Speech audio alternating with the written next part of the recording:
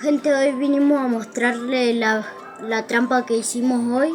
Le pusimos hilo, un gancho, usamos una jaula vieja con un agujero abajo, y cuando vienen pájaros agarran, viene así y esto tiene que caer así, miren.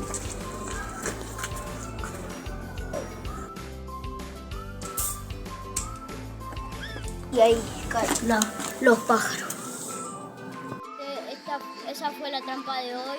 Espero que les haya gustado el video. Denle like, suscríbanse y síganos para más videos. Chao.